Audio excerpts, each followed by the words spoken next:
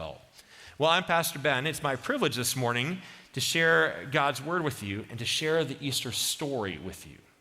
Well, when you walked in, this is my hope for you.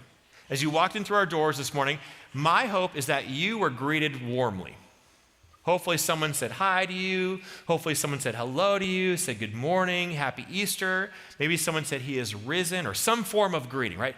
Hopefully someone said hi and made you feel like you were welcome and you were at home. But I want you to think about that greeting.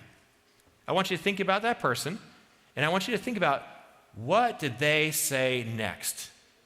You see, I have a sneaking suspicion that most of the time, in every one of your experiences, they probably asked you a question after that. They said, hi, how are you doing? Hey, how are you feeling today? Hey, what's going on in your life? Maybe someone who loved the 90s said, what's up? Hopefully they didn't, because that was awful in the 90s, and it's still awful today. Maybe someone who's younger and cooler who doesn't even get that reference, they said, hey, what's going on? You see, we ask this question to almost everyone we run into after we greet them.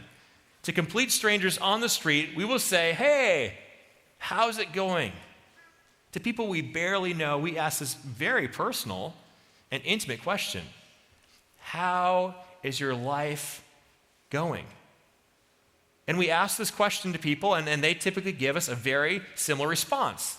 The same response that we give them, right? How are you doing? Well, I'm doing fine. I'm doing good. Life's great. How are you doing? Oh, it's great. Better than I deserve, right? We have these kind of cliche catchphrases to just kind of deflect because we don't really want to tell them the truth, do we? And this is why this question is so funny. We ask this question to complete strangers on the street, but we actually rarely ask people who we're really close with, especially people within our homes.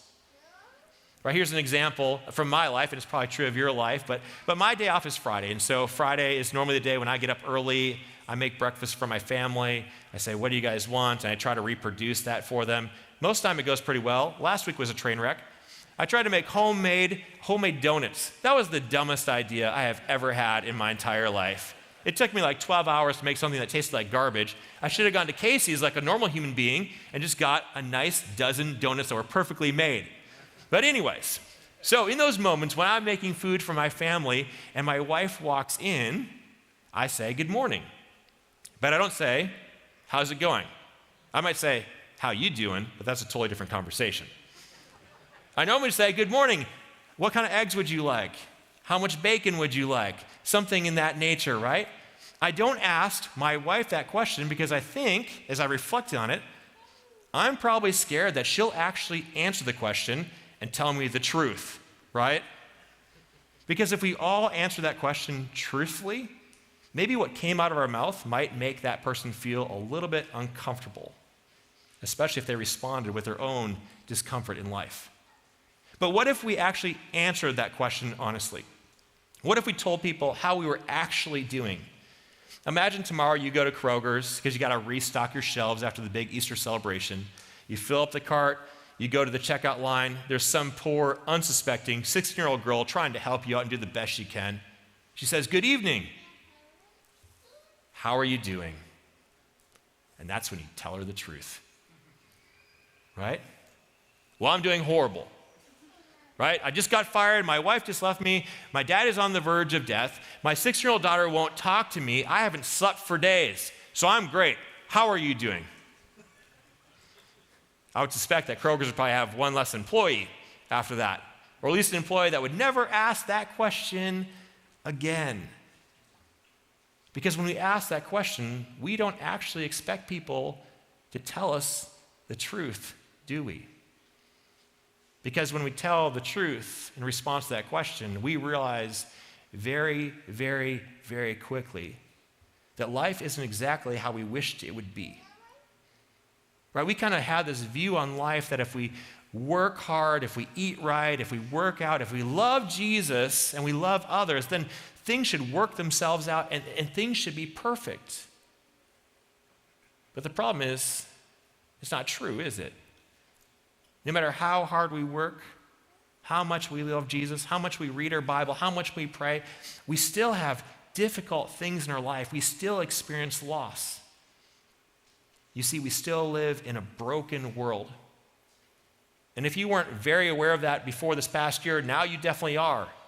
We've gone through a very dark year, a moment of hopelessness and defeat. And it seemed like every time we were about to cross that finish line, the finish line got moved, didn't it? We live in a broken world with a lot of loss. But that realization perfectly prepares us for today and this moment in history that we are about to encounter. Because who are we encountering? We're encountering a group of people that are going through a very dark time. And they're experiencing loss. The loss of a teacher, the loss of a friend, the loss of a nephew, the loss of a son, the loss of a rabbi who invited them into this relationship, and now they feel like they've lost 3 years of their life and their purpose. All because of the loss of one life, the loss of Jesus. This is how Mark records it. When Sabbath was over, Mary Magdalene and Mary, the mother of James, and Salome bought spices so that they might go and anoint him. So as Mark begins, we encounter these women. The other gospel writers, from their own eyewitness perspective, actually share that there were even more women than this. So we see this large group of women all going to the tomb because they all have at least one thing in common. They have Jesus in common. They've lost someone they love. Now that loss isn't always the same, right? Some of them had lost a teacher, a healer, but some had lost a nephew and even a son. There was different depths of loss in this moment and different feelings they were experiencing. But they all were experiencing a very real loss. In fact, this loss was amplified because of the events of the previous week, because what had happened? Jesus came into Jerusalem riding on a donkey, signifying that he was the conquering king. And when they saw this and when they experienced this, what did they think? This is the moment when he fixed all the brokenness of this world, when he sets everything right, and now the world will finally work how it's supposed to work, right? When you do things right, when you listen to God, everything's supposed to be perfect. This is the moment when he's going to fix all this brokenness. And as the week transpired, they felt even more this way. You see, when they sat down for the Passover meal, Jesus said, through this means I'm going to give you my body and my blood through the bread and the wine, another restorative word from God to fix the brokenness in this world. But then he says, someone will betray me. But they still had hope. Because not only had Jesus told them that someone was going to betray him, but before that, he had said 3 times, I'm going to die, I'm going to die, I'm going to die. And they thought, you know what? Maybe he's telling us about the future so we can do something about the future. So when they made their way into the garden in that moment of betrayal, Peter pulls out his sword, and what does he do? He attacks. He draws first blood because he's going to fix the situation and stop this moment. The battle was on. The victory was about to happen. They were certain of it. But instead, Jesus said, put your swords away. And he healed the man who was injured. And he went off quietly like a lamb to be slaughtered. And these disciples and these followers and these women would watch Jesus get pinned to a cross. They'd watch him breathe his last. They'd watch the spear get shoved into his side, and the water and the blood, they would flow out and fall to the ground, much like their hopes and dreams for their lives. You see, their hope was gone. And all they were left with was this horrible new normal that they did not want, but that they had to live in and live through. And so they started the grieving process. And they went to the tomb to grieve and to move forward and to turn that page of the chapter so they could get some closure and go on into whatever was next. Well, this is what they did. And very early on the first day of the week, when the sun had risen, they went to the tomb. They had been saying to one another, who will roll away the stone for us from the entrance to the tomb? So early that Sunday morning, as soon as they could go, they headed off to the tomb to find their closure, to move on, to flip the page, and to start anew. That was their hope, to work through the grieving process. And as they went, they had this singular focus in mind. They had to get to the tomb, anoint the body, and move on. So as they walked and as they spoke, what did they talk about? They didn't share their feelings. They talked about the stone because that was in the way of their task. We have to move the stone because every tomb had a stone because the stone's purpose was to keep people out. Grave robbers and animals, so they didn't desecrate the body of the people that they loved. And so every tomb had this heavy stone rolled in front of it. So big it would take about 3 men to move it. So as they walk, they're having this discussion. How are we going to move the stone so we can anoint the body, so we can move on? But when they arrived, this is what they found. When they looked up, they saw that the stone, which was very large, had already been rolled back. You see, what did these ladies expect? What did they expect to see when they walked up? They expected normal things when they walked up. They had no expectation for anything spectacular, anything miraculous, anything that we're celebrating today. They were just simply going to a tomb. And so when they saw the stone rolled away, maybe they were thinking, well, this is nice. Right now we have access. Now we don't have to find some men or pay some men to move it. Maybe they thought, hey, the disciples, they actually showed up. They moved the stone, they're in there, they're working through the grieving process. This is great because I know they're really struggling with this. Or maybe they had this fear and anxiety that crept in. Because if they were there and the stone was open, then what happened to the body? Maybe an animal got in and tore the body apart. Maybe a grave robber went in and took the body, right? They had all these fears and all these concerns, but their courage took them to the tomb. And they looked inside. And this is what they found. As they entered the tomb, they saw a young man dressed in a white robe sitting on the right side, and they were alarmed. Now, if you've been a part of an Easter service before, you know this young man was more than just a young man. This was an angel. And I don't know if they knew this or not, but despite that, it doesn't matter. If you walk into a dark room and all of a sudden you see somebody there, especially someone that you don't know, and you flip on the lights and there they are, that scares you, doesn't it? Right? Even if you know the person, it freaks you out, and you might say something you shouldn't say in church, right? It just happens. Or maybe you walk into a room, but the lights are on, and you don't realize someone's there, you don't feel their presence, kind of like how we do. And all of a sudden, they walk up behind you, and they tap you on the shoulder, and you kind of freak out. These ladies walk into a tomb, and they look over, and they see a man they do not recognize. In a moment in history, it would be very dangerous to be a woman. And they see this man, and they are startled. But this man has a message. This is what he says. Do not be alarmed. You are looking for Jesus of Nazareth, who was crucified. He has been raised. He is not here. Look, there is the place they laid him. The good news of Jesus Christ. But as we think about this good news, I want you to put yourself in this moment. I want you to put yourself into the shoes of these ladies. What have they gone through? They are emotionally wrecked. They have lost someone incredibly close to them. And if you've experienced loss before, you know how this feels. Your mind is all over the place. You're feeling all sorts of emotion. This is where they're at. And now they're startled and scared because they walked into a tomb and there's a man sitting there. And they have all this happening within their being. And so I imagine when the angel spoke to them, he took all that into account. And it plays out this way in my mind. He looked at them and said, hey, I need you to calm down. I need you to take a deep breath. Because I really need you to hear what I'm about to tell you. So just listen. All right, slow your heart rate. Okay, we're going to talk about Jesus. Yes, that Jesus. Jesus of Nazareth, right? This is his hometown, right? You know, this is who we're talking about. We're talking about Jesus. Jesus who was crucified. Yes, your Jesus who died on the cross. We're talking about Jesus. Now listen, you're not going to believe me. He's alive. He is risen. And I know you don't believe me, but go ahead and look. Look at the evidence. Look where the body was. You're going to see that no animals came in here and tore the body apart, and there's evidence sitting there, and there's shredded clothes. Right? You're not going to see that.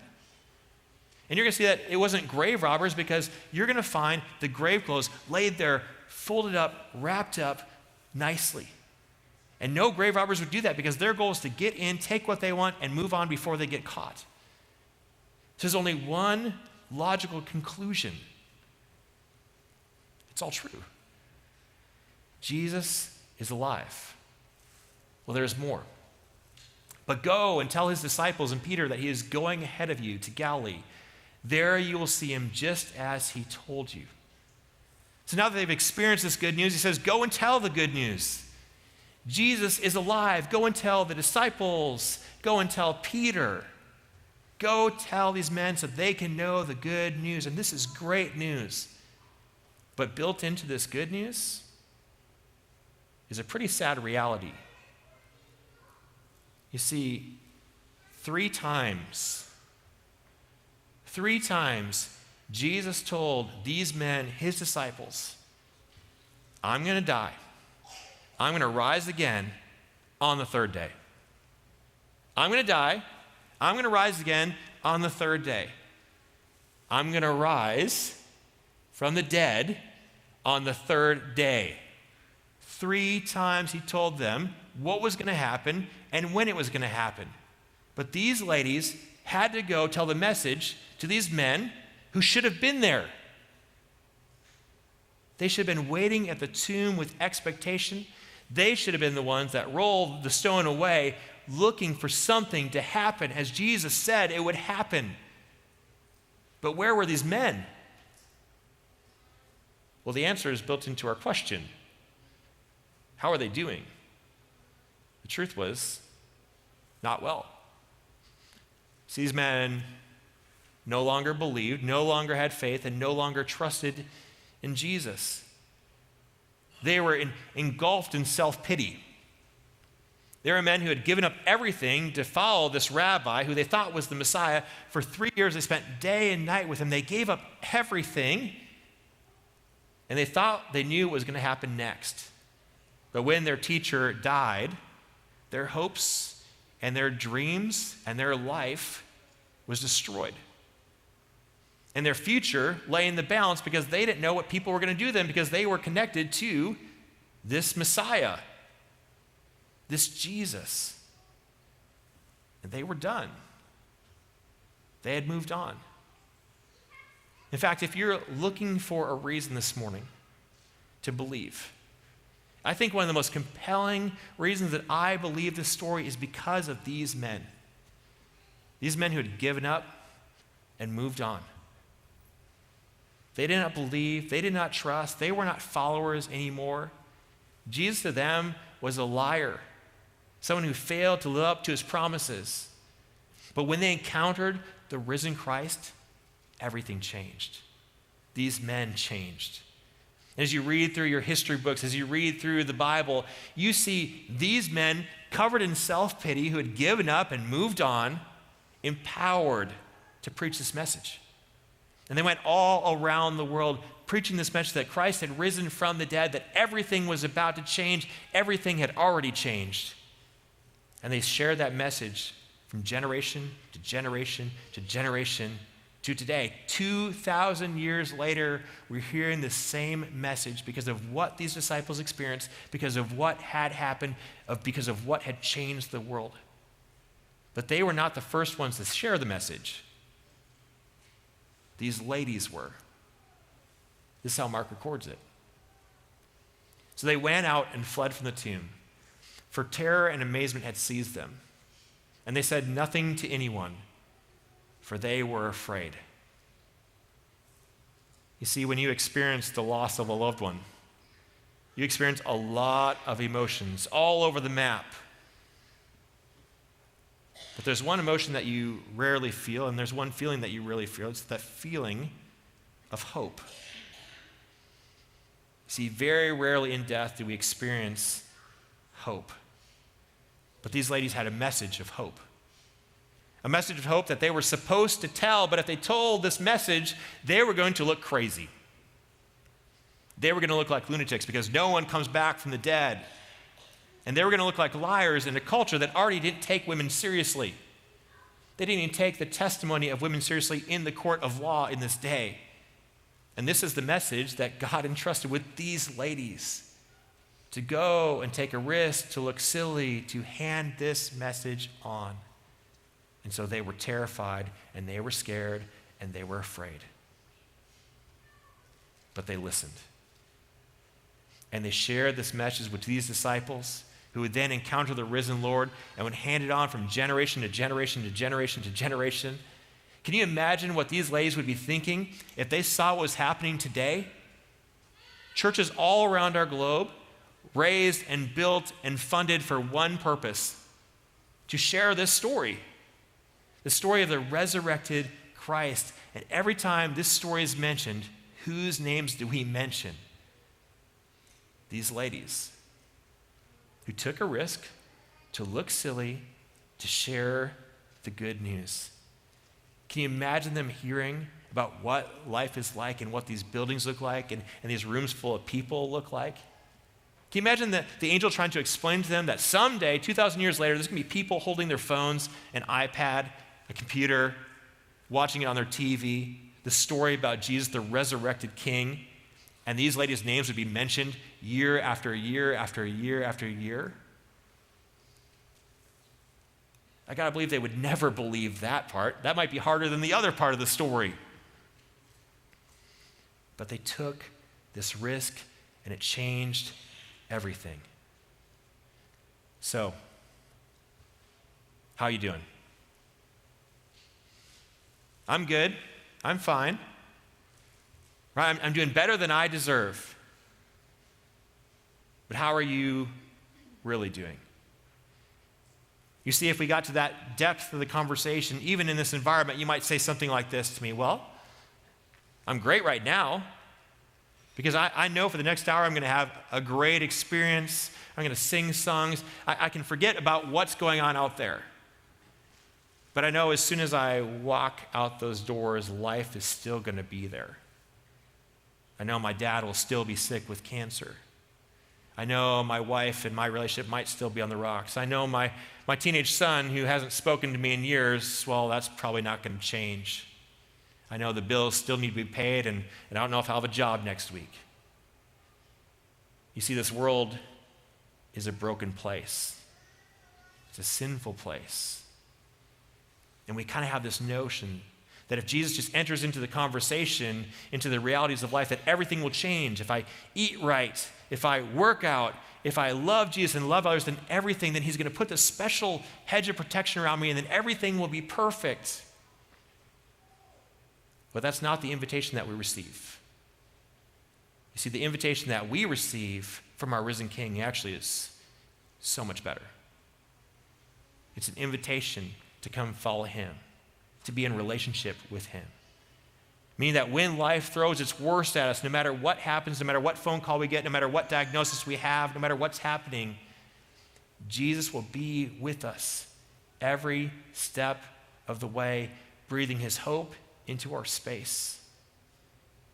You see, the ultimate invitation of Jesus is an invitation into his grand story and into his grand plan to fix this brokenness, not by leaving us here, but by taking us out of here into a place where everything works how we think it should work, to be brought into the hope of his perfection, a place where there is no pain and there is no sorrow.